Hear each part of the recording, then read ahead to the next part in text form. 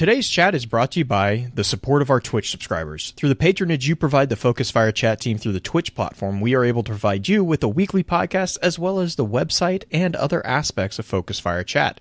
If you have any interest in becoming a subscriber of the FFC and gaining access to some of the exclusive features in the Discord server, please be sure to visit our Twitch account and click on the subscribe button. If you're an Amazon Prime member, remember that you do have a free subscription to Twitch every month that can be used for this. And for those of you who are already subscribers, thank you again for your generosity.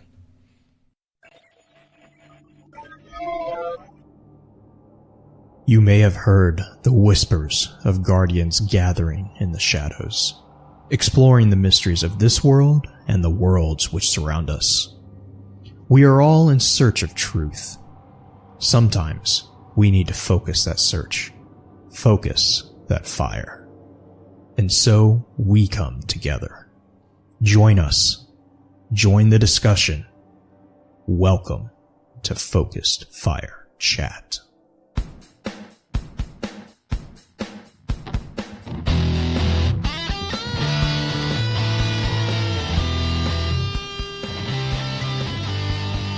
Welcome back for episode 27 of Extra Lore, recorded live on June 1st, 2018, over on twitch.tv/FocusFireChat. As always, want to give a big shout out to our live chat here with us tonight. Thank you so much for joining us once again. Our topic for tonight's episode is going to be a look at Halo. Note that, yes, we did happen to skip episode 26. This was due to the Warmind DLC drop date. The community had let us know that they would prefer us to do a lore prep show for that instead of the recap for the God of War conversation we had last month. Excuse me. But first, let's run through a quick introduction of those on the show for tonight. As always, this is your host, Blue Crew 86. We also have the man who has been said to have the voice of the flower, an individual who goes by many different names, Justin Sane 0516. What guys do you have on for us tonight, Justin? I am Hal O'Halloran. So that's a reach. Yeah, no. Oh, Vince liked it. Vince, I think Green had a better pun than Justin did to start out. Look at that. You don't have to be such a jackal about it. Well done. Next up, we have our You're own killing me, master. Smalls. You're killing me. We have our own master of social media, the one and only Green-Eyed Music Lover. Green, I hope you're doing well. How's the week treated you so far? It got way better at the end of the week. But yeah, it's good. It's good. We're gonna do some Halo. I played some Halo this week. Yeah, for I the know. first time since the last time I played Halo, which was also with you guys. And rounding out the usual team, we have our grizzly bearded cultivator of Spinfoil himself, Beard Grizzly. Beard, how are you doing tonight? I'm doing okay now that I can actually breathe. Yeah. This week has basically been the battle of too many allergies that have been happening at one time because summer is starting and so on. But aside from that, the dog actually had to go get checked up over at the vet. Just her typical checkup, and everything came back fine. And we're just getting more worried with her because she's, of course, getting to be 14. But man, yeah. They keep assuring us that she's probably the healthiest 14-year-old dog they've ever seen. They're like, don't worry, So, she's not going They're anywhere. like, no. They're like, no, you want to get rid of her? No, sorry, you can't do that anytime soon. And no, I don't want to get rid of this dog. I don't. But anyway, yeah, all good news otherwise this week, so been good. Nice. And of course, for these topics, we always want to make sure that we have someone who is well versed in the lore, so I'm happy to welcome back Not it. pensHALO. Not it. Pens, how is everything going for you tonight? Oh, not bad. Been an interesting week fighting with Microsoft patches, and an air conditioning unit decided to finally die. But Yeah, I It's don't the know. weekend, I don't know so which we're one of good. those sound worse, to be honest. You're really the Microsoft patches. Microsoft patches. for sure. Well, for those who might have missed the first few chats we've had you on for this particular topic, can you give us a quick snapshot of how you got involved with Halo lore? Pretty much, I picked up Halo Combat Evolved for the PC when it got released in 2001. Got interested in the game and ended up was in Borders one time and found The Fall of Reach, the novel, and picked it up, and they had me from the word go. Yeah, I was about to say, and you never looked back after that book. Nope. That book goes with me wherever I travel. I mean, Marcus Leto, who worked for Bungie at the time, he's widely considered the father of Master Chief. But I firmly believe that Eric Nyland gave Master Chief his soul. That book it's my favorite book, in Halo, and probably one of the top 5 that I have. So, and the fact that it was written in 7 weeks. Oh man. And then also just on that note, actually, if you guys have not had a chance to read that, but don't let the mini movie, I don't even know what to call it, the movie, I guess, don't let that live action. It wasn't a live action though. It was like it was like a movie. Animated. It was like an animated comic. It was, I don't know. It was kind of in some Halo stories were done in a stop motion type comic. Midnight in the Heart of the Midlothian is one of them, and it was kind of in that. Well, what I was gonna say is don't let that cloud your judgment on the book, because that's one of the few issues. Like things are different, I guess, is the easiest. This is the gentlest way of saying, and the book is much, in my opinion, much better. It didn't sour my. I actually saw the short before I read the book. Oh, did you? Okay. Yeah, and it didn't, like, I can understand after having read the book and gone back and watched it again, I can understand being like, oh, what? But, I do not that it's a very well put together. Oh yeah, no, right. And I think if you've seen it and you haven't read the book, that's a good. Yeah, you probably think you're wow, moving upwards. Cool. Yeah. So yeah, then when you go read the book, then you're gonna be like, whoa, this is more in depth. Way more. There's more things happening in the book. Yeah. Oh yeah. And to be fair, the entire goal of that was to get people who were new to Halo, give them a background leading into Halo 5. And in that sense, it did a pretty good job. It's, it's just, it kind of, that the R word that we throw around a little bit, retcon. Yeah. Yeah. That one's one of those kind of things that, as a Halo lore guy, yeah, I just like, that's wrong.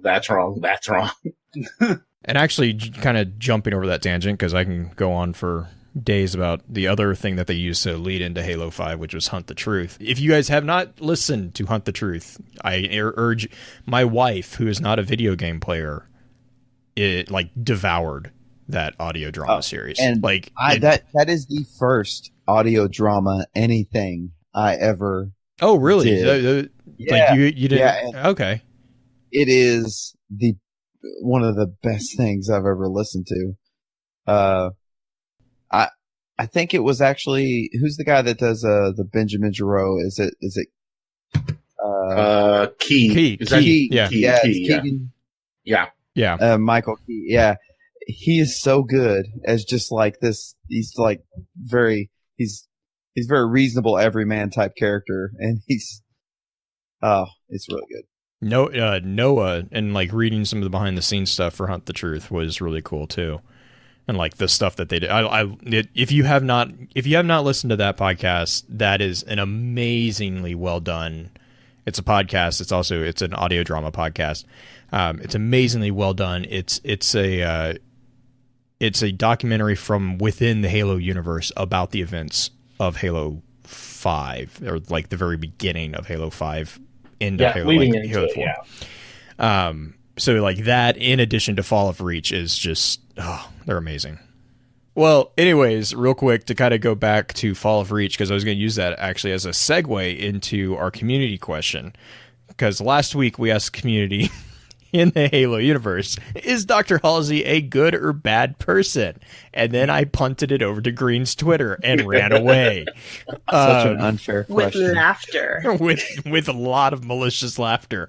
So I'm assuming that He's a Green jerk. got some responses, and I'm going to hand it over to her for that. Yeah, I mean, we had about 100 votes, and 67% said she was good, 33% said she was not so good.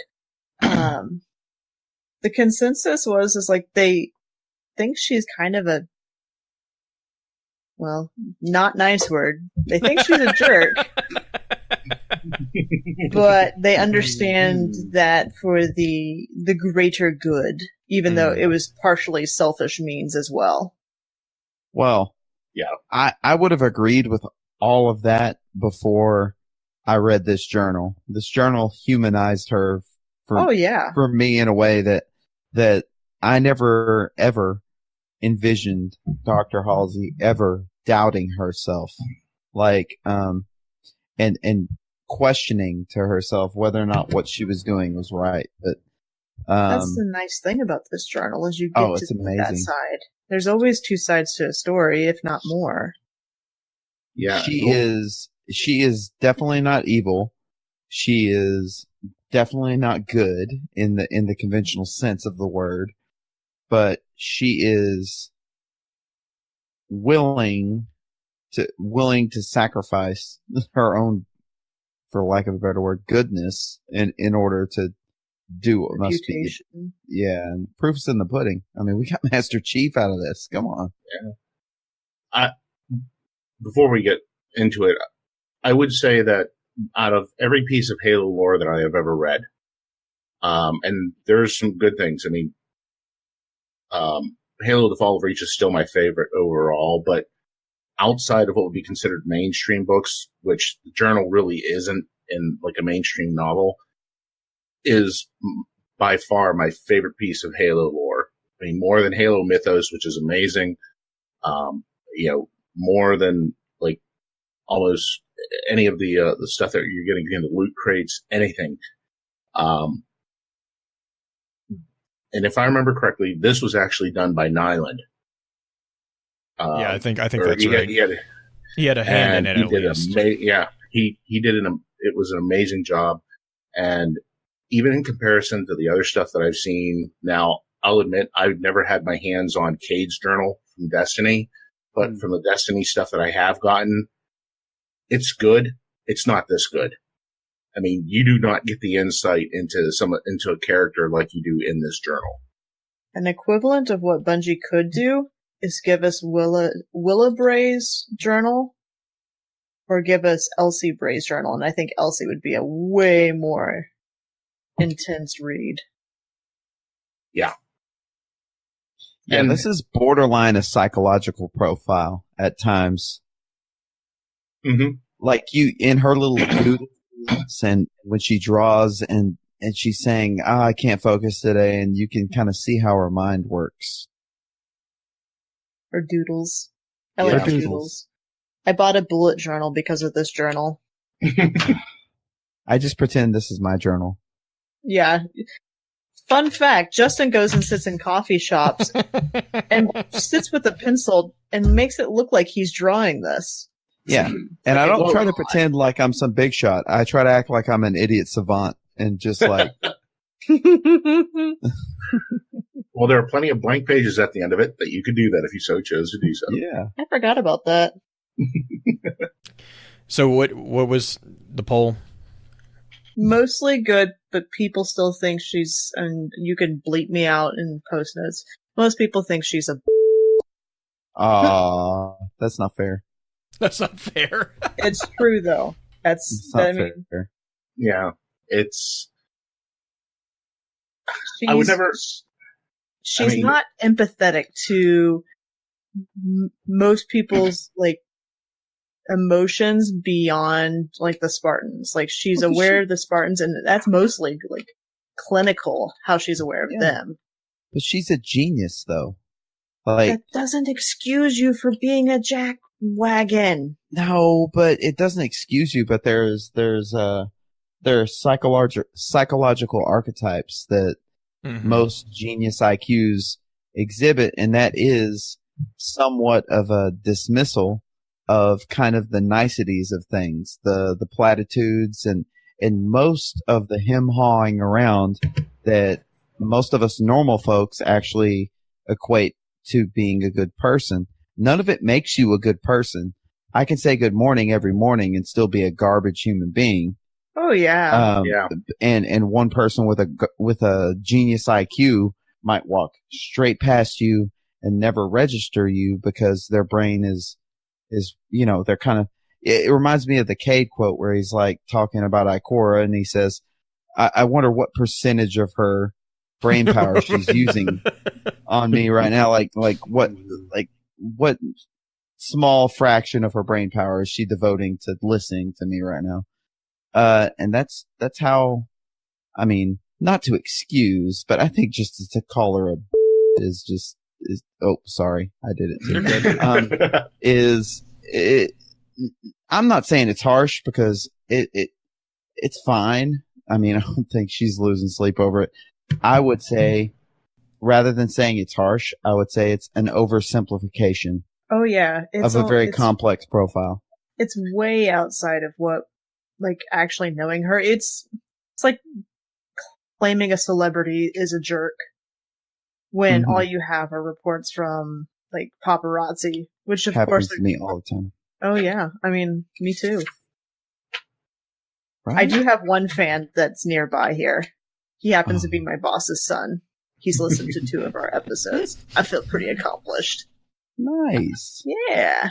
But anyway, yeah, it was, most people are much more eloquent than just calling it straight out that way. Like, yes, she saved humanity with her actions, but, in some ways she ruined a lot of lives in some respects because of what she did, or she played with people's lives by manipulating them. But it's all in the weight of what you think is needed versus what is appropriate. Blue?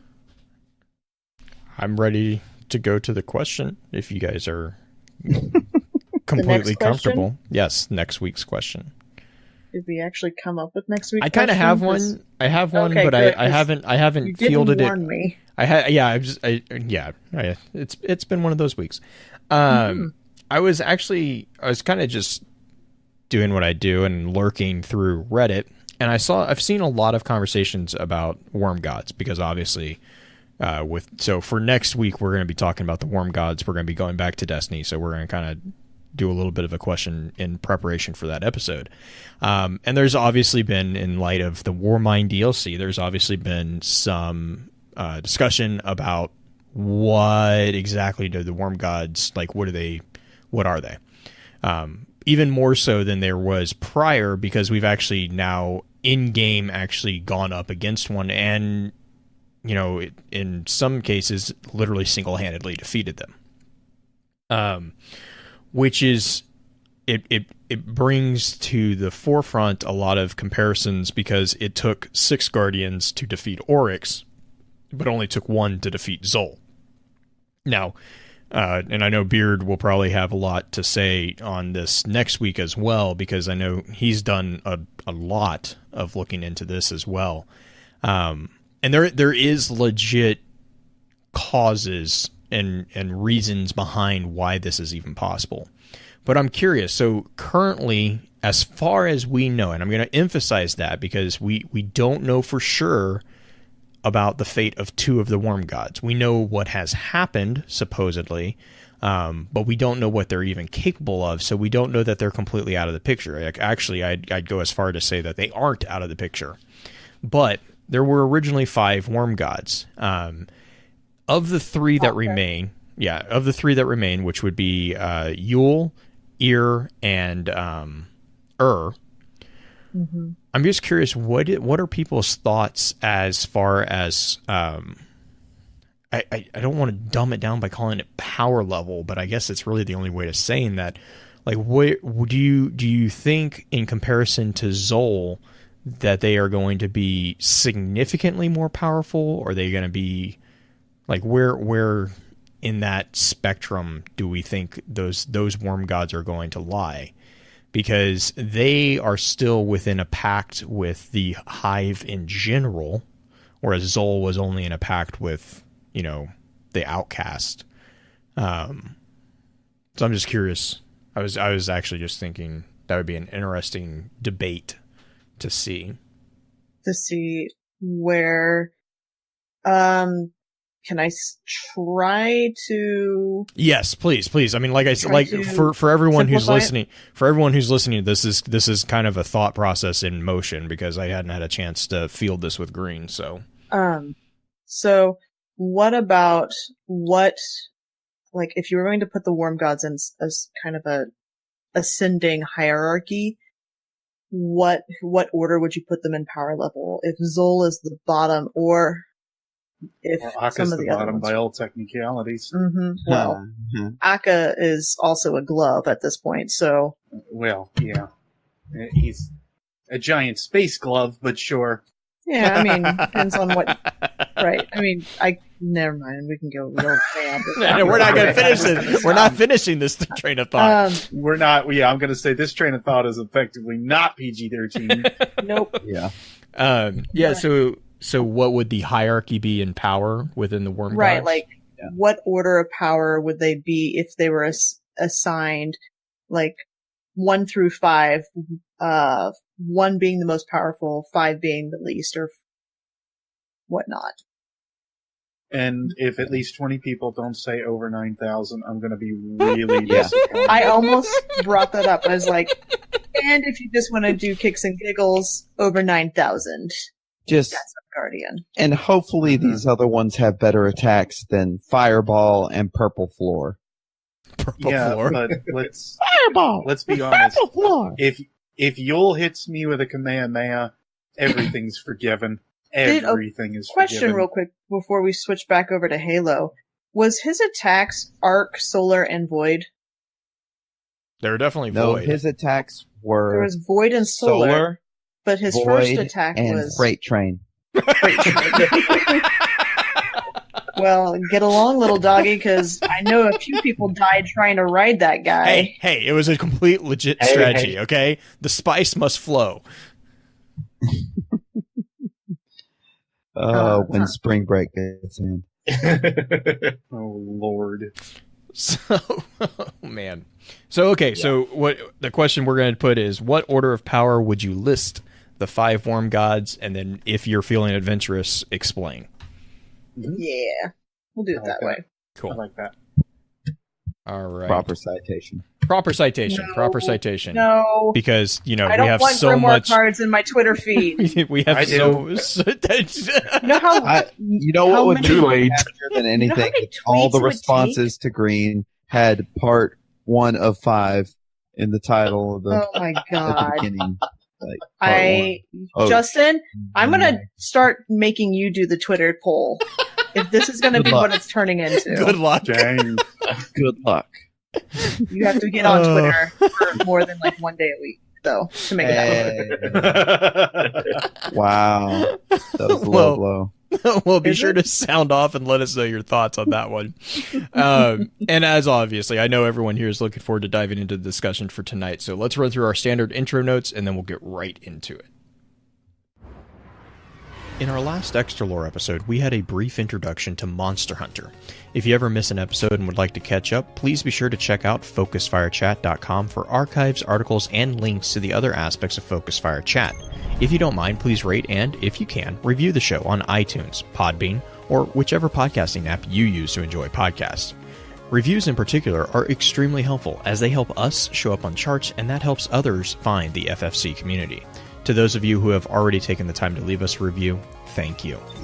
As many of you already know, Focus Fire Chat is a cross-community gathering where the intent is to offer a week-long, in-depth view of a particular subject from within the lore of Destiny and other games. With the Extra Lore series, we delve into a game series other than Destiny for a full month, giving the group a chance to get a feel for the other games that our community loves to play. As with the normal chat topics, Extra Lore is decided by the community through a monthly poll. After the month's discussion has come to an end, we get together to stream a high-level summary of the chat for those who were unable to participate. Please be sure to also give some support to the other podcasts in the Guardian Radio Network, links of which can be found in our show notes or on our website. If you're a fan of lore in all its various forms, be sure to also check out thelorenetwork.com, where you can find a wide variety of some amazing content covering a number of different titles and mediums. The next Extra Lore is going to be a discussion on the lore of Star Wars, so be sure to jump into the Discord server and weigh in on that conversation. The chat we will be recording next week is going to be a discussion on the worm gods from within the Destiny universe. Be sure to weigh in on the poll this weekend to let us know which topic you want to discuss after that. Links to that poll can be found on either Twitter @FocusFireChat or within our Discord server. For this episode, Pins was kind enough to put together a high-level summary of the topic that we had planned for tonight's chat. This is a personal log entry for Spartan-II 92738-61842-LC, Squad Designated Marksman for Fireteam Apollo serving aboard the UNSC Infinity. My current orders, as per Captain Thomas Lasky, are to determine the root cause of UNSC AI CTN-0452-9, otherwise known as Cortana, current state after her survival of the destruction of the Mantle's approach on July 25th, 2557. In performing my duties as an investigator on this matter, I asked in an interview if the person agreed that Cortana was not a typical AI. The response given was, "You mean because of how she was made?" While this puzzled me, I continued with the interview, and at the end, I referred back to that response and asked whom should I speak to get the answers to that. The answer stunned me. Catherine Elizabeth Halsey. When I joined the UNSC, I transferred into the Spartan branch because of the stories of the Spartan-IIs and how they fought to hold back the Covenant in the days where it seemed our end as a species was inevitable. At places like Chi Ceti 4, Jericho 7, and Sigma Octantis 4, Spartans worked to hold the line and push the Covenant back. They were the heroes we needed. Then you start hearing the stories. They were kidnapped when they were young children, forced to undergo training that would break officer cadets, and then undergo chemical and genetic procedures to turn them into super soldiers. At a time when they should have been discovering the opposite sex for the first time and the joys of your teenage years. Having all of that robbed from them, and all of this done under the planning and coordination of one Catherine Halsey. It made me feel tainted. In some way, it cast this dark shadow that enveloped anyone enjoying the Spartans. And it angered me. How dare this monster be allowed to still breathe after what was done by her? How can she stand there and claim that she's there to help when she has caused what may be irreparable harm to not only those poor children, but friends and family and the human race entirely? But those feelings get tamped down pretty quick, faster than I expected. Frankly, I am, at my core, an investigator. And I know that there are cases where good and bad, saint and sinner, betrayer or saver can all be a matter of perspective. And the only way to get the full and accurate picture is to speak to those who lived it and approach it as independent as possible. So I find myself prepared to dig into the history of arguably the most controversial person of this or any era, trying to find the answers we need, looking at the gray areas where most often the truth lies. A 20th century author once said, "The truth, it is a beautiful and terrible thing and therefore be treated with great caution." So it is with great caution and purpose that I start looking into the mind and reasoning of Dr. Catherine Halsey, with the hope that the answer to our survival will be found there. With that, Pins, where do you think the best place to start would be? Well, we'll start a little bit with just some quick background on Halsey. Catherine Elizabeth Halsey was born on the colony world of Endymion in the city of Port Vernon in 2492. What kind of makes this interesting is the fact that when Halsey was going through and choosing the genetic markers and choosing those children to conscript into the Spartan-II program, almost all of them were taken from the outer colonies. So in a weird way, in not a weird way, but in one way, Halsey was farming the place where she grew up at to populate that. From her, she grew up in this off-world. Was her training also there, or was she trained somewhere else? Halsey was Catherine Halsey was a savant. She was a genius. At a very early age, she was seen as extremely gifted, and she actually went to an elite academy known as the Ending Gifted at a very young age. She was always exceeding educational standards. She caught the attention of the dean of the Colter Browning University, and who essentially funded her way into university. And she ended up graduating at the age of 18 with a doctorate. And it's at 18 that the real story starts with her. So, like I said, she was brilliant from the word go. Justin, did you have something real quick? Yeah, no, I was just gonna say, and she was kind of a special kind of genius too, because her genius kind of transcended specialization. She was an expert in so many fields. It was kind of hard to keep up, and everything from particle physics to neurobiology to genetics or geneticism. Genetics. Yeah, genetics. I said it right. Yeah. Just like there's so many. She is accomplished enough in all these different fields to be one of the top minds in each one of them.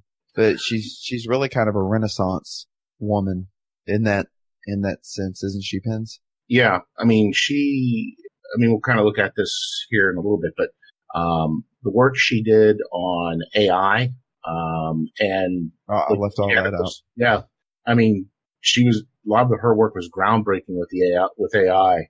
And the other thing is by the age of 15, she had 2 doctorates. She completed 2 doctoral thesis papers. So yeah, she was utterly brilliant. And like the other thing about Halsey, and one of the reasons that I frankly am fascinated and I love talking about her, is there is no other character I have come across that seems to span or have an impact like she does in the world that she exists. Especially, if you look through all of the Halo lore timeline, almost everything can trace back to her. And that's what really makes her stand out, at least to me. What would you say her biggest accomplishments are? Like, if you were to list them. I would probably say, in looking at it, it was the work she did with AI. The stuff she did with the MJOLNIR armor was groundbreaking as well. Putting teams together for that, and also her work with Forerunner research, which actually happened later on in her lifetime. But I'd probably say at the top is going to be the AI, which, considering she was the mother of Cortana, yeah, that's pretty much a given. But so kind of. It's interesting to me that that is by far what most people would consider her greatest achievements, is essentially Cortana and whatnot. But she helped design the program that changed the Spartans into what they were, right? Yes. She was the way it worked out.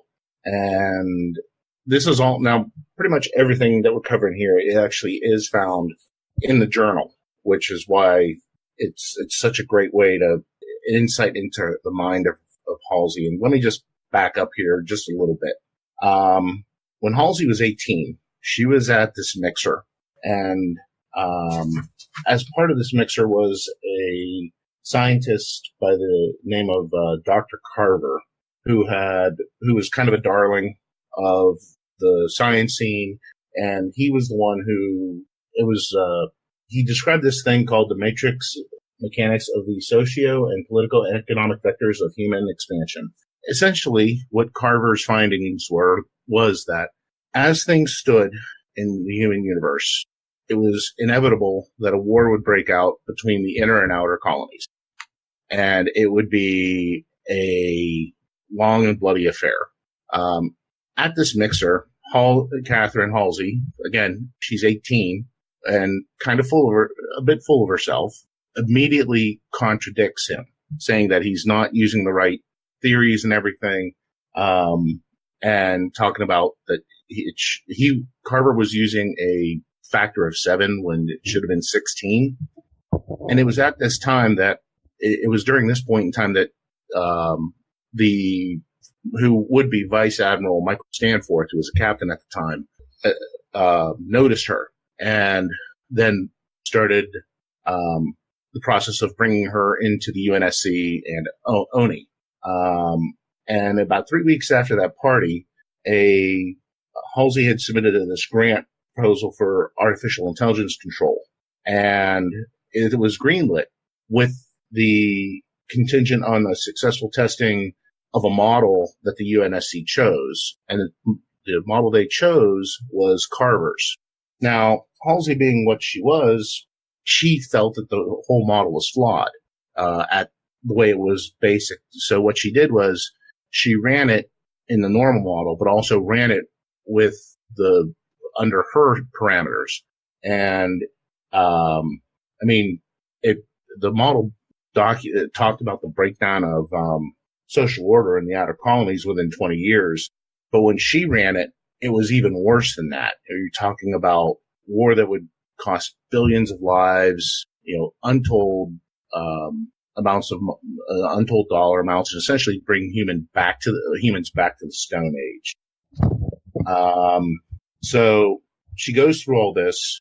She submits everything to the UNSC, and it ends up the UNSC already knew all this.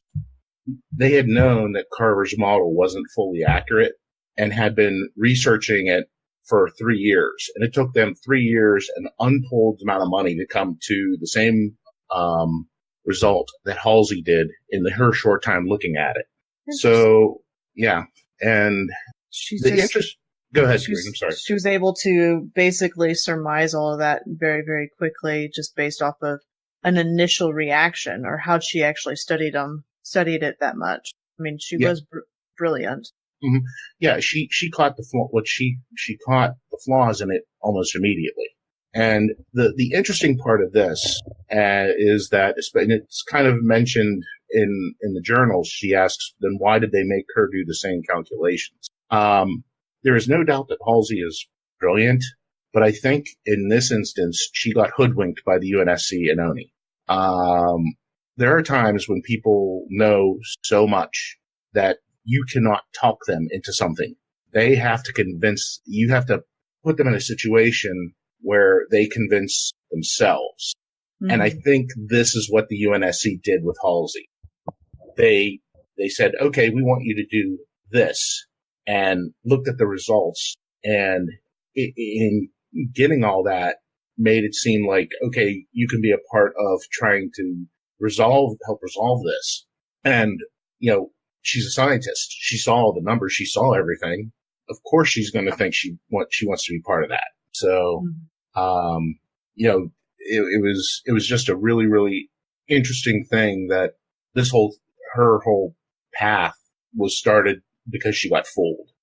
So, and nothing like going through a ringer test. Yeah. Because the government doesn't trust you can do it. Mm-hmm. But she says his ideas were genius, his algorithm implementation obsolete. And then she goes on to say, I outlined a corrective maintenance matrix calculation, revising the dimensional parameters in my head. He used 7 when he needed 16. She did that in her head. Yeah.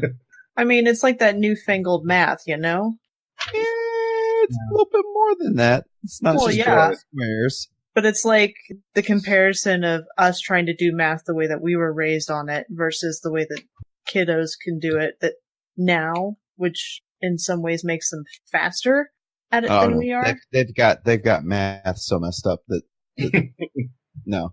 My son's doing math and I'm helping him. I'm like, what? Why are you doing that? What is this? I don't, yeah. What yeah. even Right. is 2 + 2 anymore? Yeah, why not? But that's a whole nother thing. Yeah, But yeah, the But it, depths of Halsey's genius here, the whole interaction of her at this party, figuring out that this guy's life work is just fatally flawed is typically Halsey. yeah. Well- The other. Oh, go ahead. I'm sorry. and from the outside looking in, because like I said at the top of the show, I probably don't have much that I can add on this entire topic. It sounds like a very, if you will, Warlock-esque thing to do, but it's more from the idea of just simply going, as a researcher, she has these memes about her that are not being fully touted by what the UNSC could have probably ended up using her for. Instead, they ended up like jackknifing her into these different circumstances, which I don't know. It's more intimidating to somebody than a genius who is let free and to do his own Right. designs. Right? Yeah, that's more what I'm trying to get to. But yeah, thank you, Green. You're welcome. Yeah, and the other thing, especially about this whole thing with Carver, was, and she said it states it in the journals, like, if she would have known that 2 years later Carver would have committed suicide because of Carver commits suicide about 2 years after that party. The reason being, he felt that everything that had occurred was his fault because of the science that he put together. So in essence, he was trying to predict something and it caused it. And, kind of went, Prophecy. yes, self-fulfilling, and pretty much put him into this spiral. And Halsey at that point said if she would have known that would have happened, she probably wouldn't have been as harsh as she did. I mean, So- it's the nice thing about this journal, which we kind of talked about, is it humanizes her. Mm-hmm. Yes, she was this genius who coldly made these decisions in some respects. Like, the way we see her in the video game is very cold, straightforward, no nonsense kind of person through the majority of the games. But the journal and even Reach gives her a little bit more of a softer side. A bit, yeah. So about a year later after that, about a year after that, she's getting started, and where she's starting at is an evaluation of Project Orion. Project Orion was the UNSC's initial attempt to enhance soldiers for use to combat against insurrectionists. So the journal goes through, I think, was it about 4 or 5 different items, how Orion was made up of all volunteers. And they may have been qualified, but there was too many variables. They were too unreliable. So like, she would go ahead and she'd say, okay, here's what they did, and then this is what I would do. This is what I would do to improve it. Now, this whole thing is nothing more than is really nothing more than a pure science, not experiment, but a scientific look at it. Where, okay, here's what was done. This is what can be done to improve it. Okay, you talk about taking volunteers from the UNSC candidates. What's the refinement? That you narrow the field to not just don't allow everyone to volunteer, but to certain genetic markers where you know that your enhancements are going to have the greatest chance for success. And then also, you don't choose people who are fully grown. The enhancements take better when you're dealing with prepubescent people. So, Which is preteens. actually a medical accuracy. Yes. It's much easier for a youth to adapt to a lot of things because their bodies are constantly changing anyway. Right. So that's why when like somebody breaks their arm and they need a rod put in, that rod has to be taken out because their body isn't finished adapting. It would actually stunt the growth of the child if it was left in too long because Right. they're constantly moving and evolving and changing. But Yeah. Like the other part of it was like I kind of mentioned, this was the genetics were unrefined. They really didn't focus a lot on them. And what Halsey recommended, and this is the thing, was the largest DNA database out there in the Halo universe was the Outer Colony vaccination program. Again, the outer colonies at this point in time wanted to be independent, but they would accept free medicine from the inner colonies. So this gave a massive database of DNA that could be checked and say, okay, here's the markers we're looking for. Here's the children subjects that would best fit it. And then the last piece was in also dealing with taking volunteers that were fully grown, is that some of them actually expressed sympathies for the outer colonies and, experienced different levels of post-traumatic stress disorder.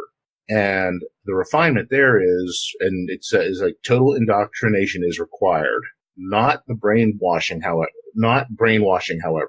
Essentially, you take young children, you start training them right away, you instill in them discipline and loyalty, and then at the end, you would have less problems with like post-traumatic stress. They wouldn't identify with the outer colonies and things of that nature. And this is one of the lines that really shows that Halsey is very conflicted. My logic is sound, but ethical and moral ramifications linger. So much to reflect on. I need time to think. So right there, like I said, to me, it shows that she was looking at everything from pure science.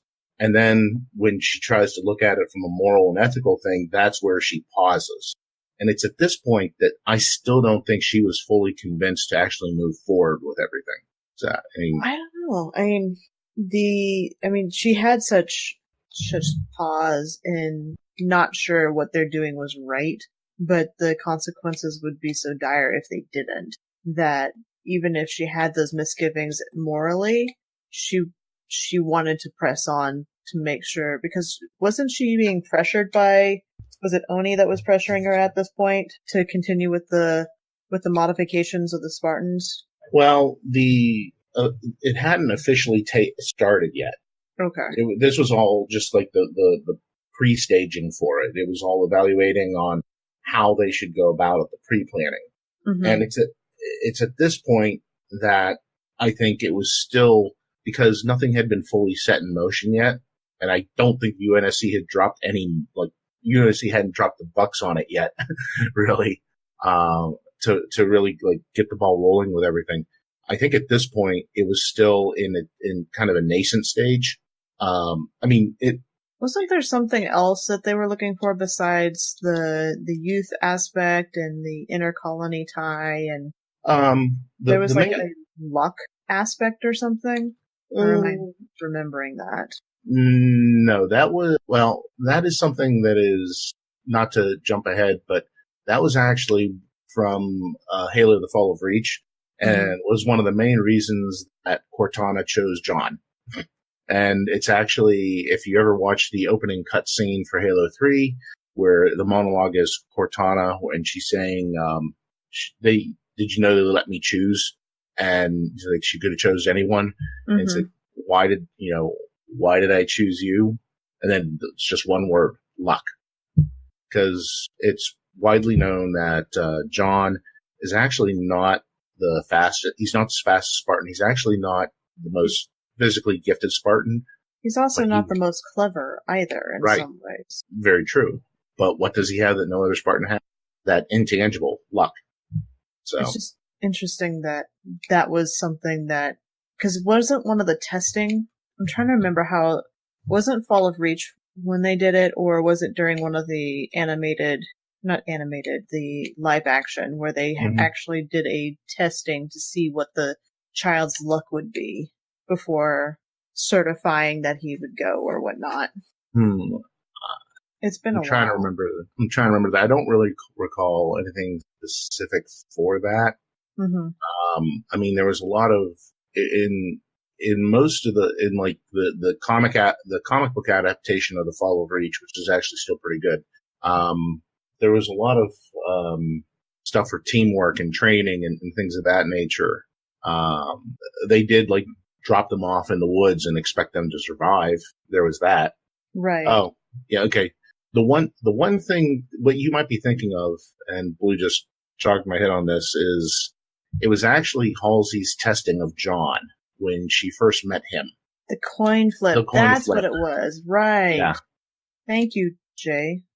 Silent one. Yep. Sorry, I heard you say luck and then test, and I was like, oh, I think she's talking about the coin flip, which is the King of the Hill piece of Fall of Reach, which is where you learn that no, John's not the best at things, but he is stubborn as all get out about getting things. That and Master Chief also displayed the like snapshot decision. Like he could make a decision. I think that was more Mendez that said that though. And that was more truth. Mendez. And yeah, he like Mendez. oh my gosh. But yeah, he was explaining like John had this like uncanny ability of making decisions like just in the split second, and it just. And I mean, you can call it luck, you can call it gut instinct, but like his decisions tended to be really accurate. Instinct. And like, yeah, and like Mendez was like, we couldn't, you can't train someone to do it. Like you either have that or you don't. And like every one of the Spartans had something that they like really excelled in. You had like Kat, who was like super fast. You had no, that was Kelly. Kelly, yes, sorry, Kelly, who was also a terrible driver. No, that was Kelly Kat. was That fine was as Kat. driving. Kat Kat was the bad one driver. that I always get those confused. Kat was the one you don't let drive anything because she'll drive you off a cliff. Kelly was the one that was super fast, and then was it Fred is actually a really good leader, not to mention tough as hell. From a soldier perspective, Fred is actually a little bit better than John, which is really cool. Chose not to. Right, and you see that play. Really not to be. You see that exchange in Halo 5, which is really cool to see John kind of give way to Fred a little bit because of that. I mean, like Fall of Reach really kind of shows that each one of the Spartans had like an area that they excelled in, and John's just happened to be like he had this like innate, like people looked to him to lead in a way. But he also had that gut call, and that was one of the things that Halsey, like from the very beginning of seeing him with the King of the Hill thing in Fall of Reach, she kind of identified with that, and that was the coin flip too. I think it was like if he could predict it, she would give him the coin or something. Yep. And he nailed it every single time, and she's like, "All right, well, here's your coin." Well, I think in the animated one, I think there was in the comic book and in the original story, it was one coin. It was one flip. Right. It was right. just one flip. Yeah. It wasn't multiple flips, which if I remember right, the animated one had multiple flips. I think you're right. There was one flip, and he caught it like right away of what it would be. So. It's just interesting that that would be a test for this very science-based woman is essentially judging not just luck, because that's like the basic aspect of it, whatnot, but also judging just that snap decision, the decisiveness, I'm just going to go ahead and do this kind of, I don't know, just stubbornness. Just his stubbornness to just keep going and keep saying. that was the thing more than the luck. It was the fact, like, because like if you in Fall of Reach, I think the coin flip was after the King of the Hill battle, wasn't it, or was it right before?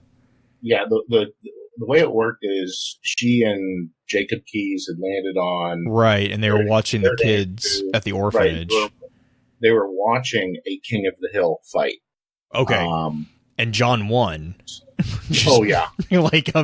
Annihilated them. Oh no, like he was brutal even as a kid. Like he just smashed them. And that was when she was like, that's when he got their attention. And then there was, and actually DDJ and Chad actually brings up a good point too. He said, like, I always thought during the coin flip he looked at the side facing at peak height to surmise what it would be.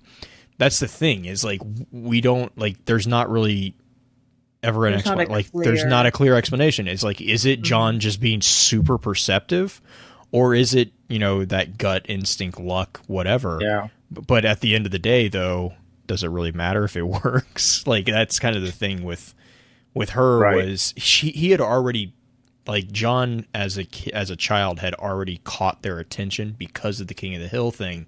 And then the coin flip situation happened, and it was like, that was kind of like the sealing of his fate. Can I just say, this part of the story always reminded me of Ender's Game. Yes. Yeah. Yes. It was very, very Ender's Game. Like, with the monitor and everything. Yeah. Mm-hmm. Okay. Just real quick, just so can move on here. One of the other things that's in the journal that's actually kind of interesting is you get the sense throughout that Halsey does not have a very high,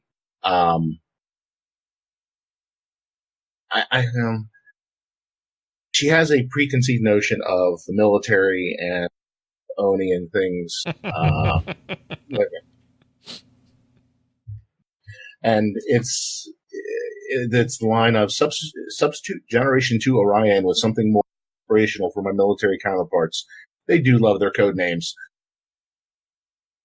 And there's a whole list of code names listed in here: Titans, Argonauts, Odysseus, Olympian, Zulu, Kronos, Promethean, Armor, Nemesis, Daedalus, Hercules. So even throughout this time, she's thinking of that kind of as a balm to the military. So, which something that always kind of bugged me as far as like the code names and everything. They're Spartans, but the MJOLNIR armor? Mjolnir. But if I remember, she didn't have a lot of say in the Mjolnir name. Because Mjolnir was already started, wasn't it? Or was it? No, I believe she was in it. She was definitely part of. I mean, she was definitely Mjolnir project. The research, but did she name that project? I can't remember if she named it. I believe she did. I'm trying to remember that specifically, but yeah, I believe that she did, because those were the two projects that were actually hers. The Spartan project and then Mjolnir. Because with Mjolnir, like, each suit cost what a UNSC destroyer would cost. It was unbelievably expensive. With the power involved and everything like that. So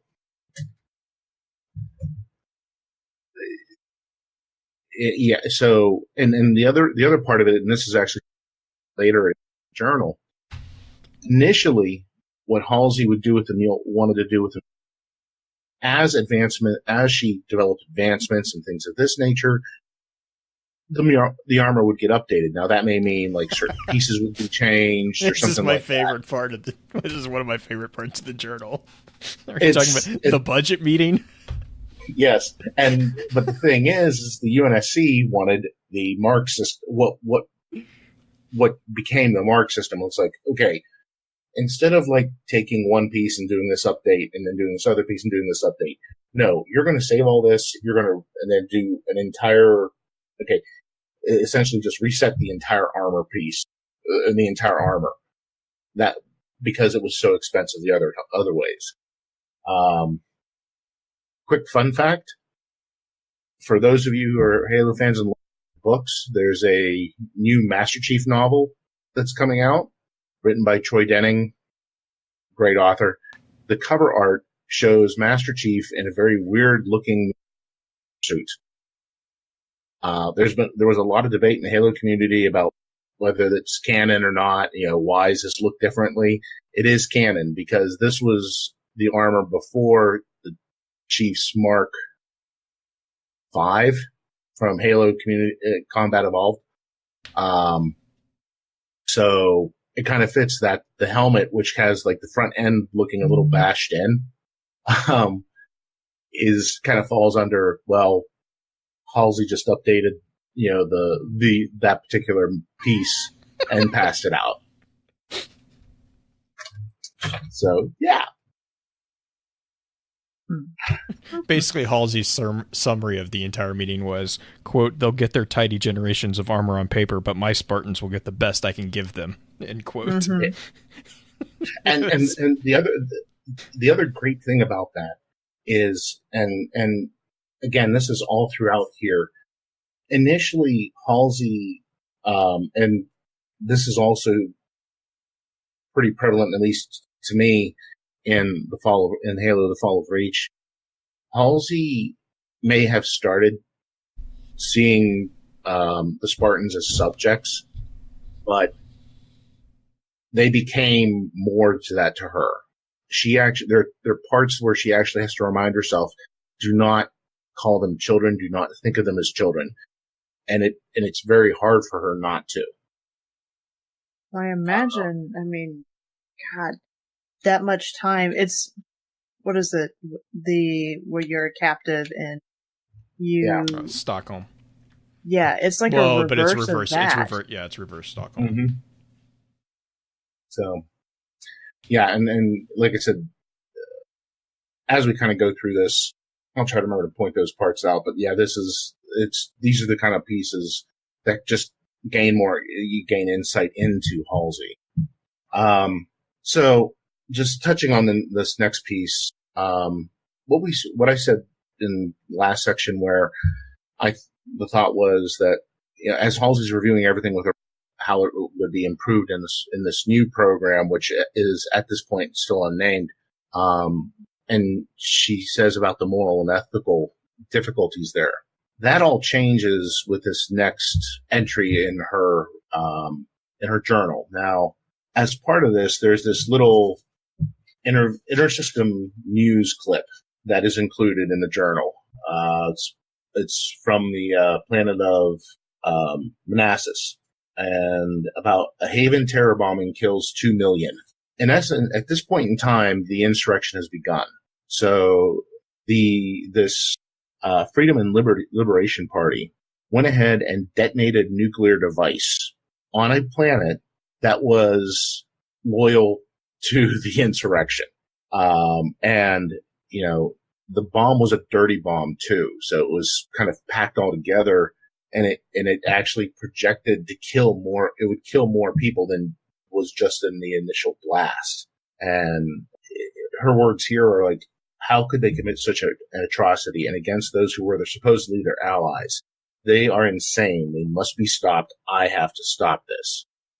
It's this that kind of, for me, flipped it and said, okay, the moral and ethical things that she was trying to resolve got pushed aside because what she was trying to fight against proved to be, you know, just pushed her too far, for lack of a better term. Sorry, Pens. I'm trying to keep up with you in this journal. There's not necessarily page numbers. Yeah, I'm sorry. It's the February 23rd, 25 entry. We're still kind of early on.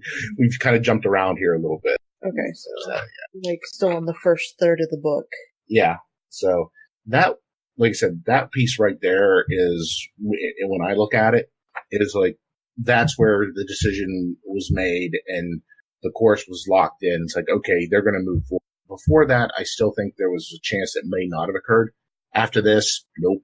Yeah, it's going down. Yeah. Oh, we get introduced to Lieutenant Keyes coming up shortly. Yep. The next section of the armor, the next section of the journal, the next probably 8-10 pages, something about that, all speaks about the initial developments of MJOLNIR, and, you know, and how a phenomenon, an effect discovered in the 18th century actually helped make the MJOLNIR effective. The piezoelectric effect, where certain materials produce an electric field or charge when subjugated to stress or deformation, can change and go from there. This whole next section, it gets really technical on it. Yeah, it does. You know, it talks about essentially using this effect for the undersuit for the Spartans actually was what enhances their strength. Where you're talking about, test results came in from the new polymerized lithium nebosine, which is something that they use for discharging static energy from slipstream space that ships did. It's Teflon. Pretty much. It talks about how, if worn as a sheath or something like that, it would help boost strength of the soldiers. And the other great thing, the sketches that are in the journal. Oh, they're so good. There is a sketch, and the one, yes, Blue, no work before coffee. It's one of my favorite throwaway quotes of hers. And the interesting thing is one of the sketches that are in here, for those of you who have seen Halo Legends, the animated stuff that was done as a movie and released before Halo 4, there is a sketch of the power armor from I can't remember the name of it, where the main character was Ghost. Mm-hmm. Looks Be like a Human. Transformer. The name of it is Be Human. You can find it on YouTube, and it's actually really good. And there's a sketch of that particular armor there. So that's really cool. And like I said, there are little graphs in here which you would find in science books and things of that nature. There's anatomy. Mm-hmm. There's design concepts, like about the different materials used. The anatomy is accurate too, as far as I can tell. Except for on the children. She can't draw children.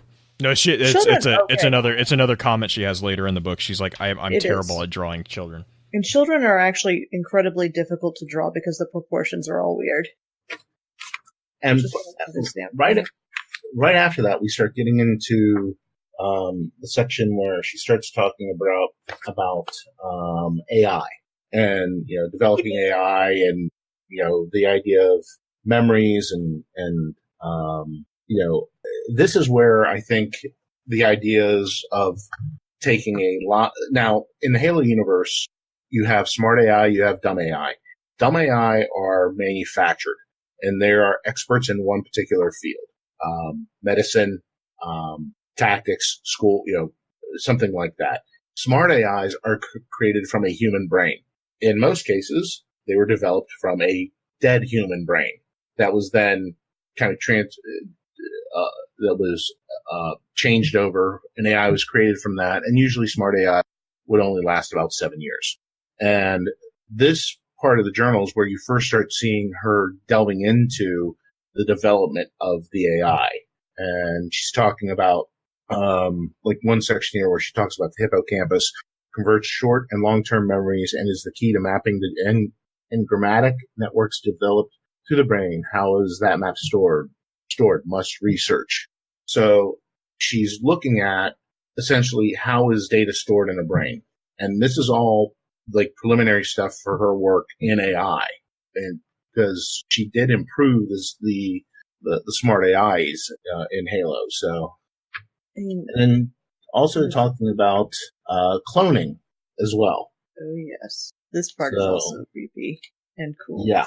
So now in the Halo universe, they have flash cloning. Flash cloning has been done for organs and things of that nature. So for medicine purposes, your liver's bad, you get a healthy piece, you flash clone it, you replace. And which essentially we do that today, just not at the extent that they did it in the books. Right.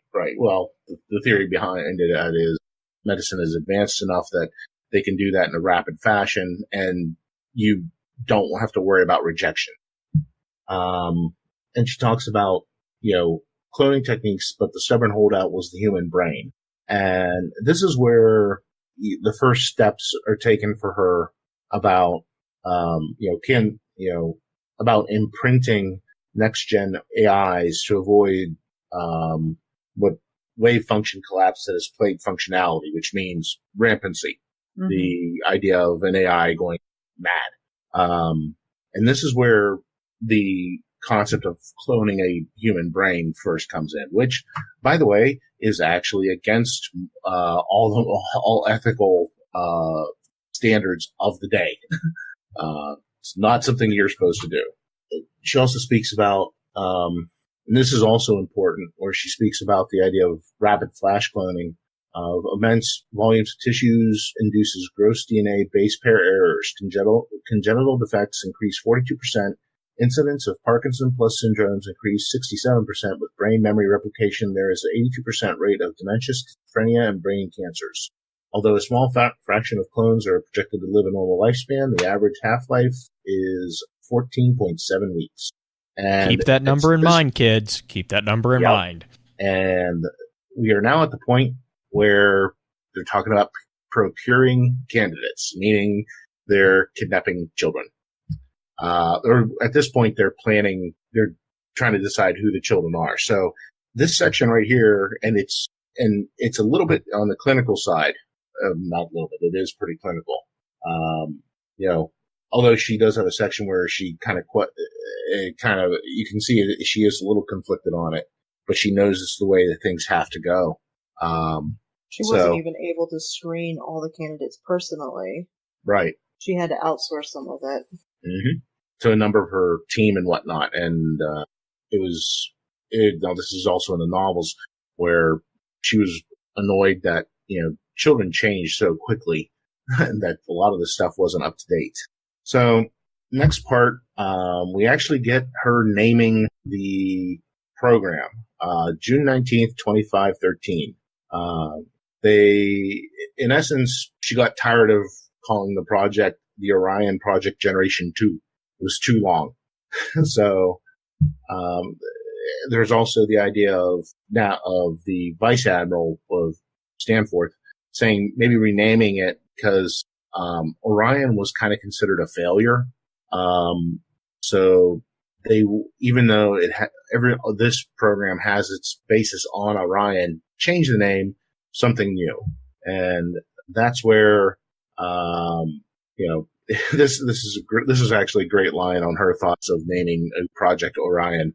I've always bristled at the mythological Orion reference anyway. A Greek hero who was once blinded and met, in my opinion, a rather silly demise. So, yeah.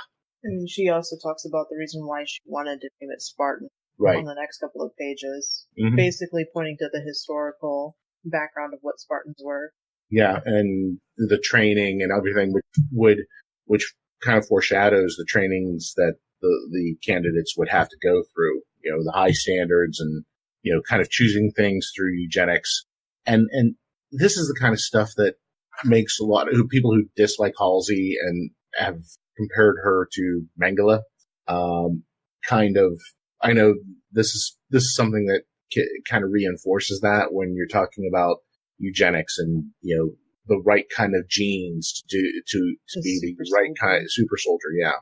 So, I mean, it's the unfortunate comparison. It is an advanced version of Darwinism. You're picking the people that will survive, that have the most likely chance to survive. Right. And the other thing is the idea of calling it the Spartan-II program was to honor the sacrifices of those men and women who went before them. So, I mean, again, you're talking to somebody who can be cold and clinical, but understands that the need to honor what those people who sacrificed before. And get to the ugly part. Yeah, now we're getting into the part of that is actually, this is actually parts kind of mirrors in probably the second third of the novel, The Fall of Reach, where we're talking about Halsey actually going out and doing essentially what was be the final evaluation of the children, and how she's teamed up with a young lieutenant by the name of Jacob. Yep. Like I said, you got this feeling in the book that he, and you see it here too, is that he really doesn't know why he's there. He was chosen because he could keep a secret. That's what he was chosen for. And You know, so they go out and she kind of splits up amongst the Spartan candidates amongst her team. They all go out and start doing evaluation. And the next section talks about, every candidate has exceeded the selection criteria and also exceeded her expectations for them. You know, strength, speed, intellect, you know, the ability to learn. You know, she talks about one girl, number 058, engineered an intelligence network at school to spy on the teachers. Mm-hmm. Kelly. Which is also a thing that happens in Ender's Game. Mm-hmm. And we actually get our very first reference to Master Chief. Number 117 had an unprecedented string of 45 victories over 2 weeks in a brutal version of King of the Hill. Walked away with a chipped tooth, over a dozen broken arms, collarbones, and fingers among his opponents. So, your introduction to Master Chief, folks. He's very thorough. Yes. And then they also mention about number 095, oddly enough, was never located. Oh, yeah. Wasn't that the one that, like, disappeared? Like, yes. Like, and essentially, it's like, I'm just a limited precognition, but I'll believe trolls under the bridge before I subscribe to such pseudoscientific nonsense. No. Oh, I'm sorry. 058's Linda. 087's Kelly. My apologies. Yeah. Sorry about that. And now we're actually in the section where they're going through and they're actually kidnapping the children.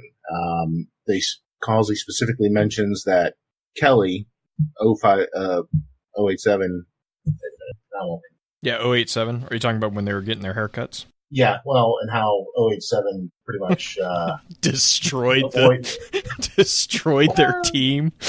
Yeah, I'm sorry. Linda is 0, Kelly is 087. And Kelly is the one who is the fastest one out of the Spartans. I'll chalk that up to just not having a lot of sleep. Sorry, folks. And how she avoided capture for like 6 hours. And so sneaky quick girl. Yep, pretty much. Yeah, and then and the funny part about that was how they actually ended up catching her. Was she turned herself in because she thought it was a game for her birthday. She thought it was a giant game of tag, and so she was just playing. Like, she legit was just playing with him, and she eluded him for like 6 hours. So I mean, like I said, it's just another like insight into, you know, the Spartans and whatnot. So also she talks about the parting of ways with Jacob Keyes. How she has a soft spot for him. You remember that? Yes, that comes back to play as well. Mm-hmm. Mm-hmm. And how he kind of started figuring out what was going on, and for his protection, she transferred him out.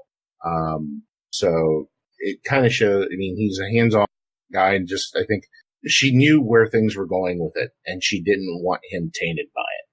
Which is kind, but it's also alarming. You know you're doing something that's going to be like extremely questionable to a lot of people, and you're like, oh, I'm going to save this person from this grief that I'm going to cause a lot of people.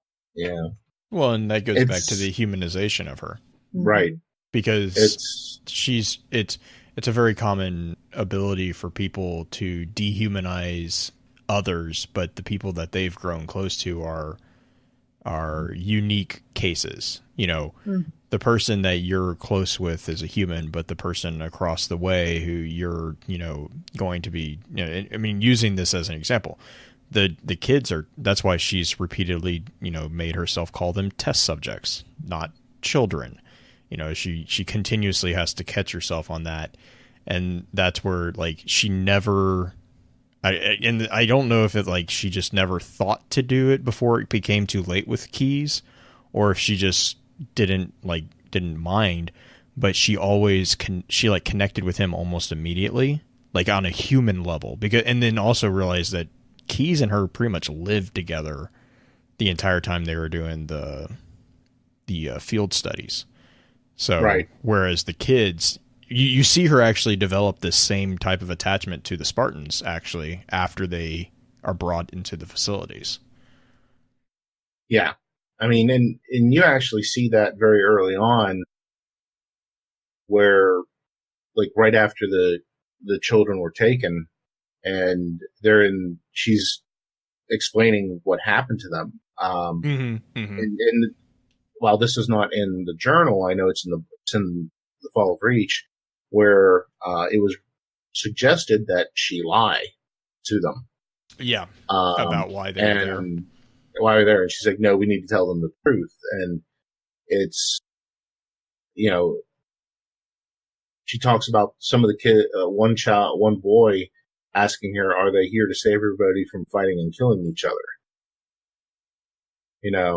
And even she said, we're asking everything of them. They deserve as much truth as we can stomach to tell them. That's not someone who's heartless, at least not. Well, and on that note too, if you jump forward to the December entry where she's talking about the after action reports, I mean, you can't. There's this page, and I'm going to read it just real quick. I mean, talking about how she's not heartless. She says, I just received a batch of after-action reports regarding the fates of the replacements. Longevity is well beyond what I've seen in laboratory conditions. Could the effect of their parents attempting to nurture them back to health be a factor? I've assigned Jackboot to track this. I can't bear the detailed reports of the hosts and parents suffering, and in all too many cases, their deaths and grieving. I feared this would happen to me. Something about the parent-offspring relationship debilitates my otherwise objective reasoning, evokes emotion far more than anticipated. So, I mean, Halsey is not this heartless monster, is basically what I'm trying to say there. She's right. Just, and I think this kind of ties back into what Justin was saying at the beginning, about the genius mentality of her is she just allows logic and objective reasoning to overrule the emotional reasoning. She doesn't let her emotions lead. She leads with her brain, not her heart, or tries to, I guess, in most cases. Okay. So and I guess kind of doing this strictly from the journal is, it may not fully match up with some people if you're hearing this, but it was in September of 2517 where after Halsey and her team had gone out, they had done the evaluations of all the children, which the initial Spartan program called for 300 children, or 300 potential candidates. This was cut down to 150 and later cut down to 75. And that was the UNSC just cutting the budget on it. And so out of the initial numbers, there was 1 to 300. So they went out and they did this evaluation. They chose the 75 best out of those. At that point in time, they grew these flash clones for these children, and then in the middle of the night they came in. They would kidnap the children and replace them with clones. This is something that actually is laid out pretty well in the book Mortal Dictata by Karen Travis. Wait, did you just compliment Karen Travis? Yes, I did. Oh, man. Get that on tape. Wait, we do have it on tape. Aha! Okay. Look. It's not that I dislike Karen Travis as an author. I just did not like her take on Spartans and Halsey that were in the Kilo 5 trilogy. All right? It's a fair assessment. I love that there's and yes, in my mind, I still want to see a scene where Blue Team kicks the ever living daylights out of Kilo 5. I'd love to see that, but that's just me. So, so after the back on topic. Bring it back. Okay, so after this, from the ages of 6 to 13, the children underwent a whole host of physical training, mental education, things of that nature, to physically realize their potential, and also mentally too. By the time they were 13, most of these kids had the bodies of 18-year-olds, and they were unbelievably fit. They were as smart or smarter than officer candidates because they're drilling the military tactics and all the other things that they went through. So, and just kind of following through some of the article, just tying it back into the journal a little bit. The next set here, it all talks about, their training and adapting to the training, and how there was actually a debate between Halsey and Mendez, some of the others, as to who would actually be the leader of the Spartan. And of course, Halsey's had chosen John. I believe Mendez had actually said Fred or Sam. Yeah, would have been his choice for it, for that. And then the section that the next section, and we're starting in. Mendez says Kurt. Kurt, yeah, I'm sorry.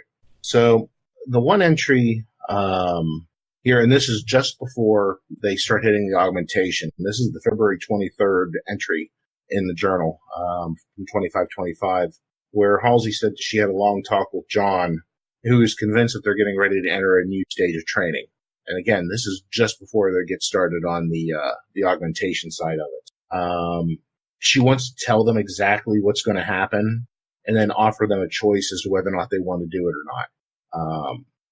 And this is kind of telling here. It's like her line is, "There's really is no choice, is there? Not for humanity's sake. Every day the insurgency grows bolder. Millions have died in defense of the outer colonies since we started this. Data updates and runs my revision of Carver's model weekly will grow worse. The Spartans must be forged."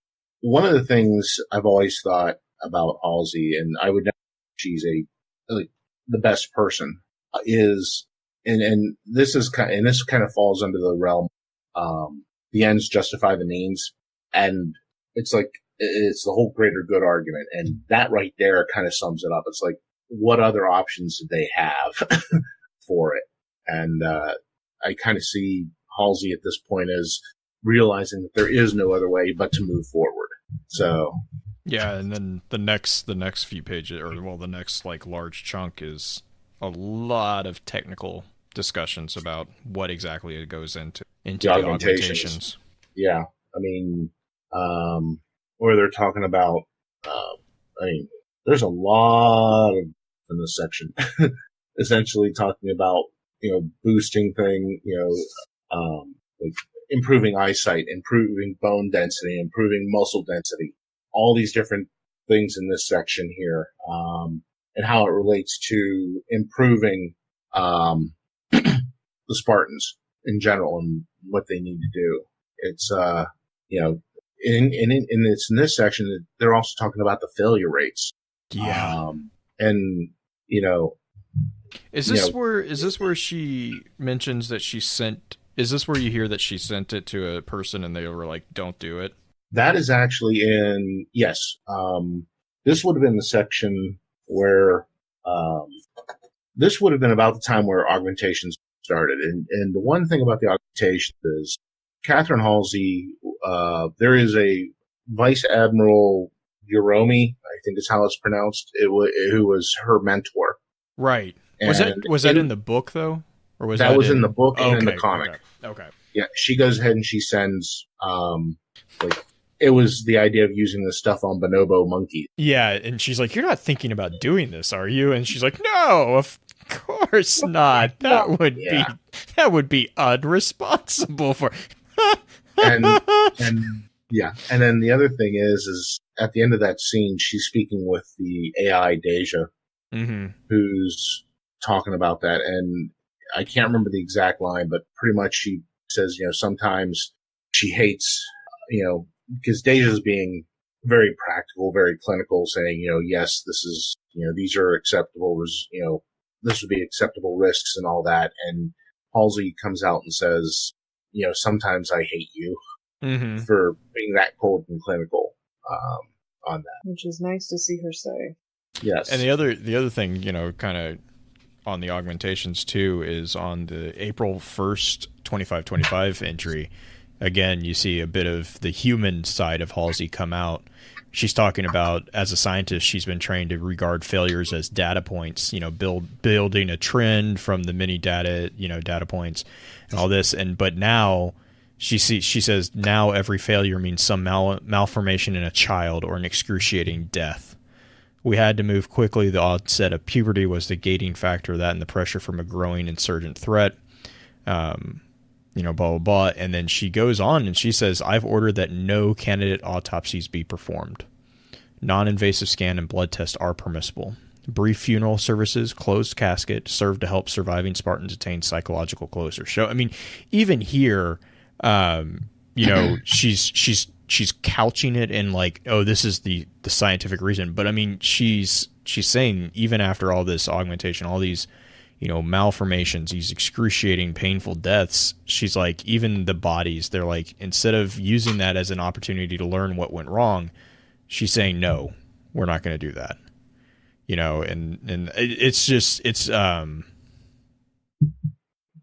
I think I read that as another nod to the fact that she's not this cold-hearted,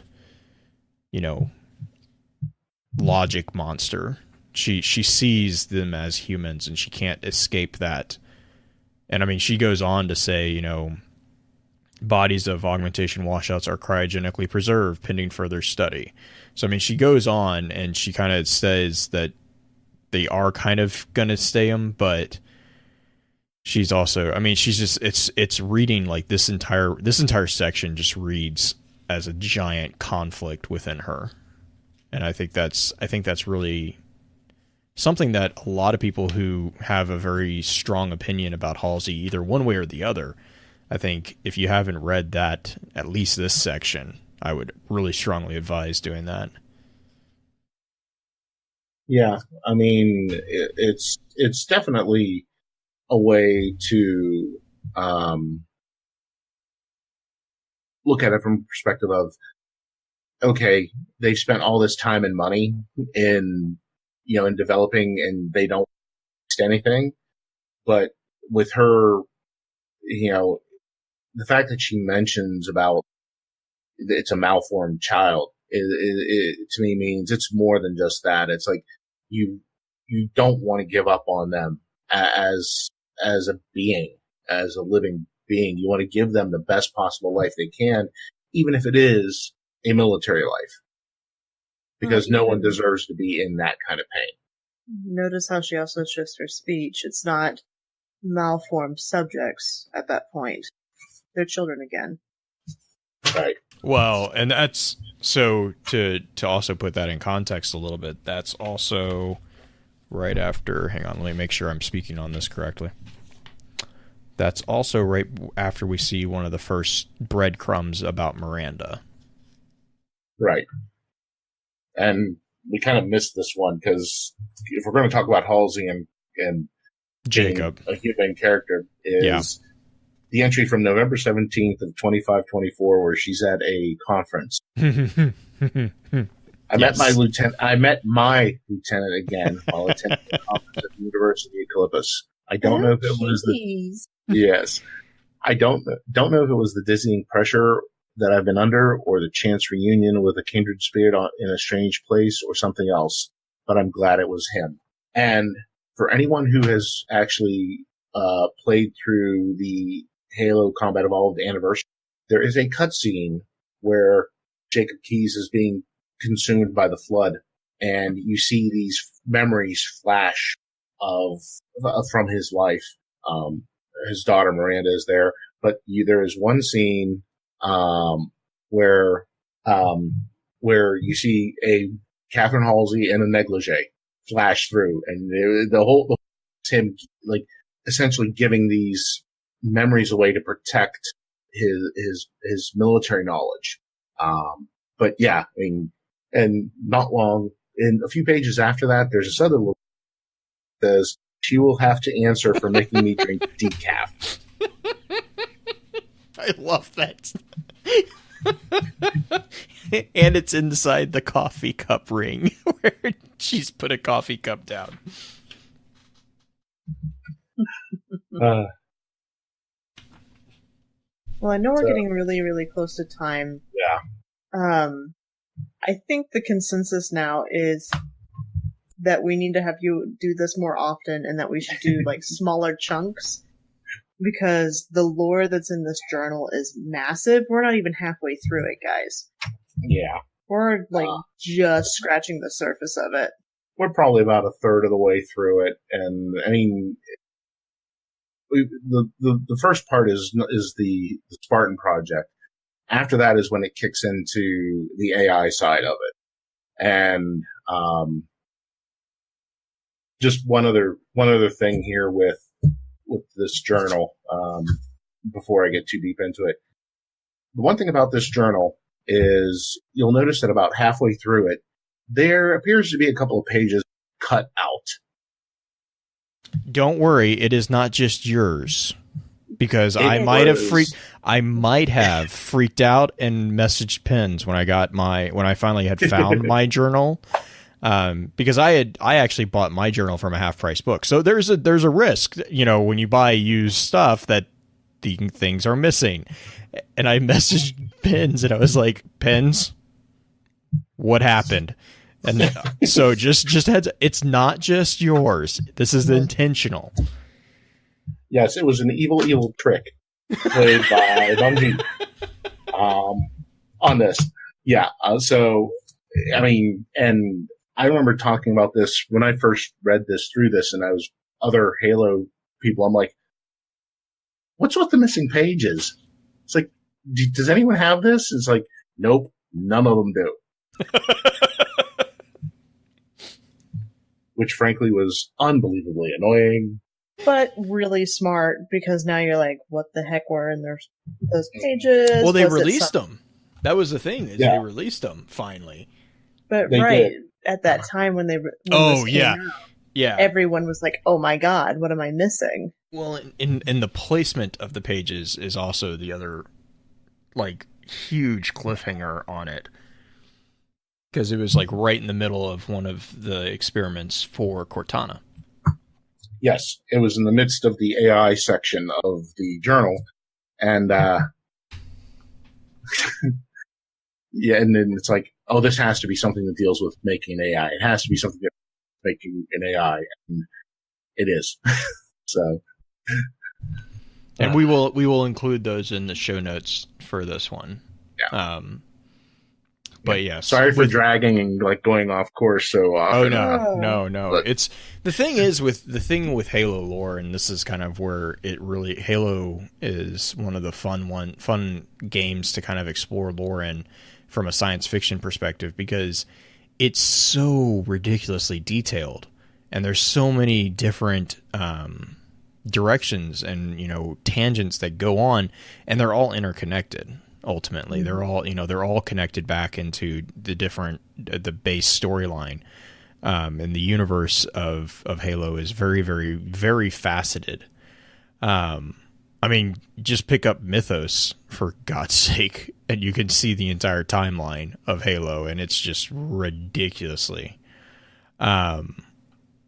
But I mean, and so that's why, like, we'll be talking about something, and one, even if it's me making a joke or Pens making a comment, and it's off in a different direction, it's not actually off in a different direction. It's just, it's a different path about the same content that, it just brings up minds, or brings up memories of different pieces of information. It's just like our world.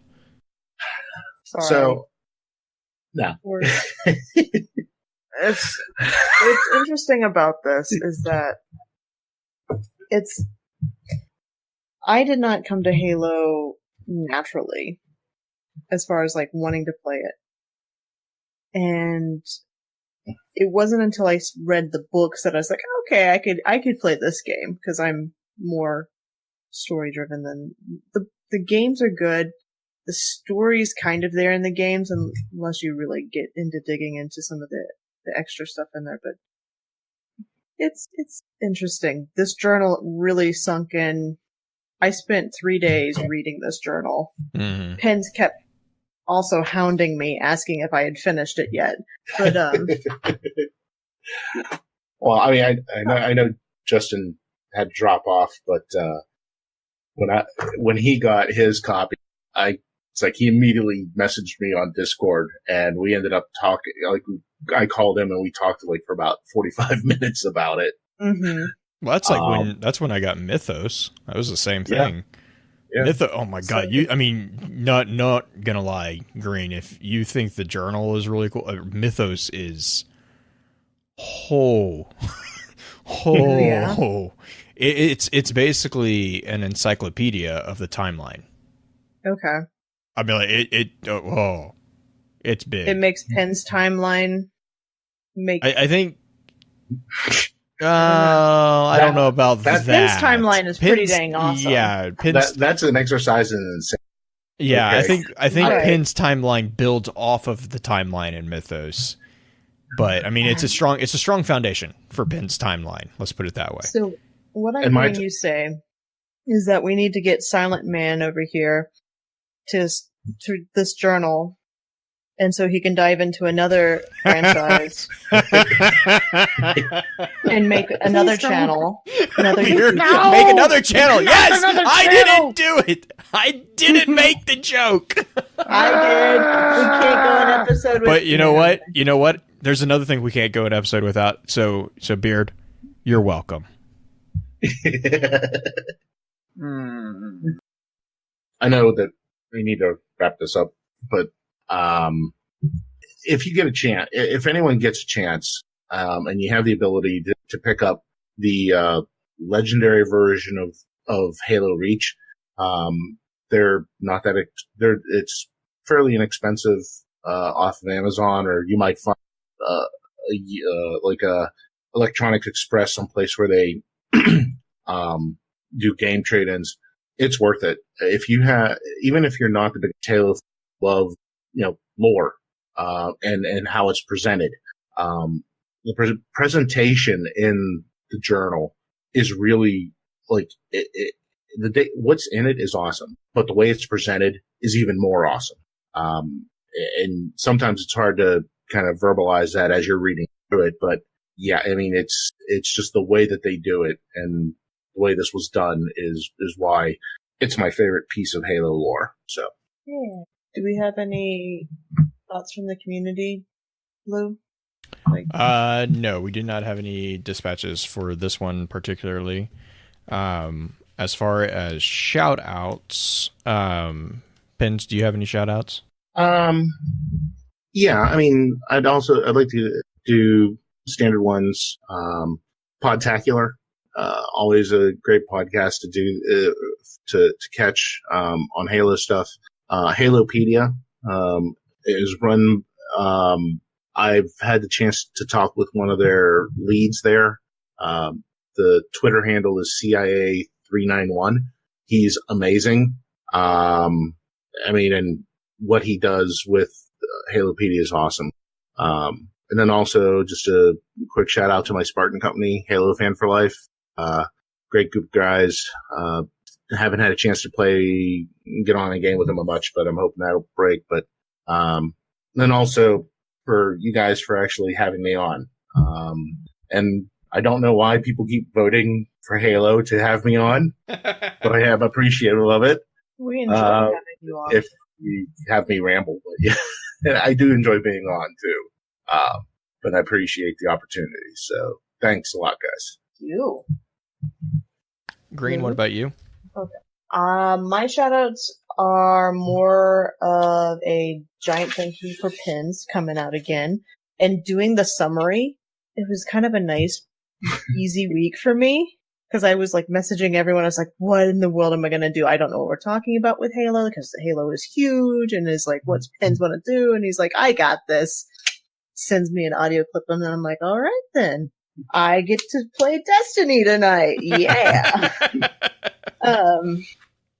But thank you to you, Pins, for coming back on, and we're going to wrangle you into your own Focus Fire Chat mini-series of Halo. Cough, cough, let's go. And my second shout-out is actually to the PvP tournament that's happening this upcoming week. It's going to be on the 9th and 10th of June. So hello, future people. Hopefully you're not listening to this past the 9th and 10th. If you have, you'd probably missed it. You can watch it in the clips on Twitch, but this PvP tournament is the Pod Clash, Destiny Pod Clash. Pens and I are both competing in it for FFC, along with some other FFC members on PS4. So if you've seen me on PS4 lately, that's why I've been grinding to try to get a character with something on more than just blues.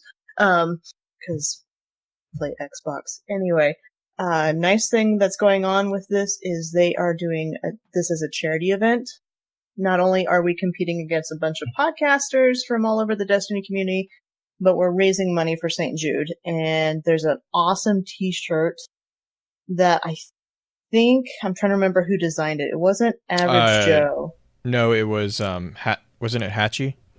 Hatchie, yeah. Hatchie designed this amazing looking t-shirt that I'm going to be putting up on Twitter and in our Discord, and if we can get it into our show notes, that would be awesome. Anybody's welcome to purchase a t-shirt, or if you want to pop in this coming Saturday, the 9th at 1:30 Pacific Standard Time. That is the time that our team battles it out against, and I can't remember who we play against the first round. We play Crucible Radio. Nope, just some Guardians. God, I hope not Crucible Radio. I'm hoping that they're in the tournament, by the way. They're there, along with Guardian 1, and I'm like, really, guys? Just shoot me now. No, first round. What's up? No, I mean, the first round, if we make it past, well, there's potential we'll be playing against Side Quest Sunday. So yeah, and that would be the two that'd be matches we'd have. Dan Finity, yeah. So. Oh God, Dan's good. I like watching Dan streams. I'm just like terrified, guys, because I like PvP, but I've never played competitively, and this is going to go terrible. But if you'd like to watch any of the streams, because like I said, Crucible Radio's in there, Saint 14 Project, Destiny Addicts, so many of the Destiny podcasting community is in here playing it for this charity. It's going to start at 12 p.m. Pacific Standard Time, and it's going to be just kind of hosted on a charity stream, which I don't have the web link for that yet, but I know that each of the different groups are going to be streaming theirs individually and doing multi-Twitch for it. So that is just my shout outs and announcements for upcoming week, and God save me for playing against these guys that are going to be like legends in the PvP world anyway. The Beard? I don't have much except for the absolute patience that is shown by the community, either here or otherwise, because, again, being down and out for a week, you realize how little content you make and how much it makes you absolutely feel like a jerk because you're not making content. Let me tell you about that feeling. It doesn't feel good. But that's legit the only thing that I have. Otherwise, just to mirror the rest of the sentiments here, Pens, thank you for being on. The reason that people want you to be on here to explain Halo is because you go as in-depth as you can while keeping it simple. Because I was able to follow pretty much everything that was going on tonight, aside from having a couple things going on back and forth here that I had to really mute the mic for. So that's why people want you on here, and I appreciate you so much for being here and for even checking in with us, because quite frankly, Pens is one of those guys that kind of checks in now and again just to make sure that we're all okay. Because we are terrible people about actually watching out for ourselves. I mean, I don't know what That you're is talking about. That is the understatement of the freaking night. I mean, I don't know what you're talking about when I might end up getting like a meal a day sometimes because I just completely forget to eat. But Pens is one of those I'm not guys. the only one. I'm not the only one. But Pens is like legitimately the guy that kind of checks in with us from time to time, and it is vastly appreciated. Trust me, we're way too busy sometimes, so we forget about these little things in life of like food and needing to keep hydrated And taking Sleep. showers. Yes, I can sometimes the smell showers you through your are. internet connection. I don't know what you're talking. Look, no. All right. Hygiene wise, I got some big problems on that one. I try to take a shower every day. Thank you. Except for the fact that it was freaking sweaty as all heck this Oh last freaking Yeah. AC's week. being broken. Oh my God, Oh. freaking weather. Talk about something being broken. Somebody fix the code for the weather. Blue, get on it now. The code for the weather. Anyway, I'm sorry. You've encountered a rainbow a fatal error. Okay. A rainbow error. Only because it fits. Were it so easy. Yeah. Yeah. Yeah. Oh. Oh. Man. Anyway, that is all from me. Well, big shout out again. Thank you, Pens. We really appreciate, and yes, we will probably be pestering you to get something. We might have talked about this in the past, and so this might be might be the thing that incites actually doing something with that idea. But yeah, so thank you, and thank everyone for sticking with us and listening through. I know everyone was really excited to hear this one. Big shout out to I think Green already kind of took my idea. I think I just got a link to the pod class shirt, and yes, it looks amazing. I will I'll put that in the show notes as well, just for anyone who's curious about it. I will have to say, it kind of reminds me of a Pokeball, but You got to catch them all. you do gotta catch them all. It's like the Traveler and like the sunset kind of silhouettes with instead of all the Guardians having guns, they have mics and podcasting type things. Although there's a crosshairs on looks like a warlock. Which I don't blame. We're not going to make any comments, but No, I mean- nope. Excuse me. Although at first I thought the mics were lacrosse sticks. I did. Honestly, I did the same thing, Pens. I was like, why are we playing Oh, those are... But yeah, It's really cool. It's a really well done shirt. I really like it. So we'll There's lots of include different that.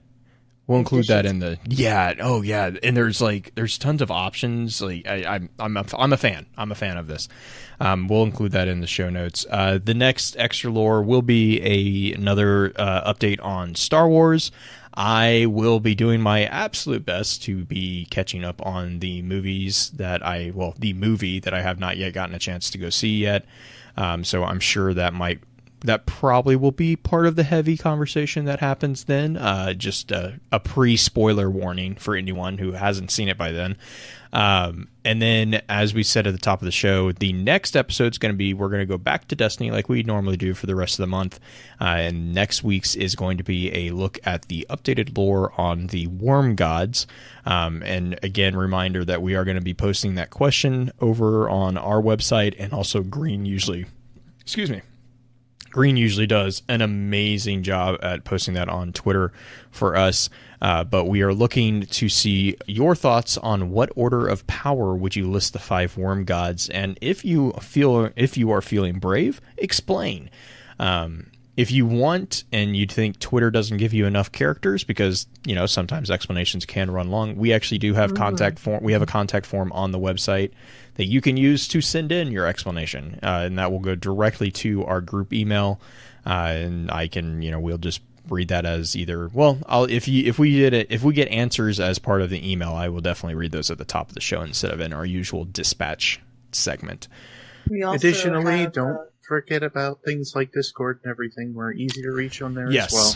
Yep. Yeah. Good catch, Yes, Beard. like Yeah. I try to put the question in there as like a last second if people have anything last second to say about it, I tend to post the question there. About an hour today, I cut it a little close, like 30 minutes. You only had 30 minutes to actually give me an update on what your answer would be, but I try to tag everyone in it and give you a chance to shout out the last minute things, and which sticks in my mind at that point. All right. Well, as usual, we're going to run through a bit of an outro, and we will probably stay for a little bit of an after show. With that, we'll begin to wrap the chat up. Thank you again to those over on Twitch for coming to spend your evening with us. If you'd like to join us for the live streaming of the episodes, please be sure to give us a follow over on twitch.tv/FocusedFireChat. Links to all our other sites can also be found with our episode archives over on FocusedFireChat.com. Thank you again, Pens, for jumping into the chat with us. Really appreciate having you. And as always, I will be sure to get your contact information links posted in our show notes. Please be sure to email us at focusedfirechat@gmail.com with any comments and or questions for our team concerning the podcast, and let us know how we're doing by giving us some feedbacks and a rating over on iTunes as well. Reminder that we have moved to streaming the recap of the month-long Extra Lore conversations to the first week of each month, but if we have any variations, we always make sure to let everyone know through our Twitter account at FocusedFireChat. Also be sure to check out all of our amazing partner podcasts within the Guardian Radio Network over on theguardiansofdestiny.com. So until next time, focus your fire, and may your light shine bright.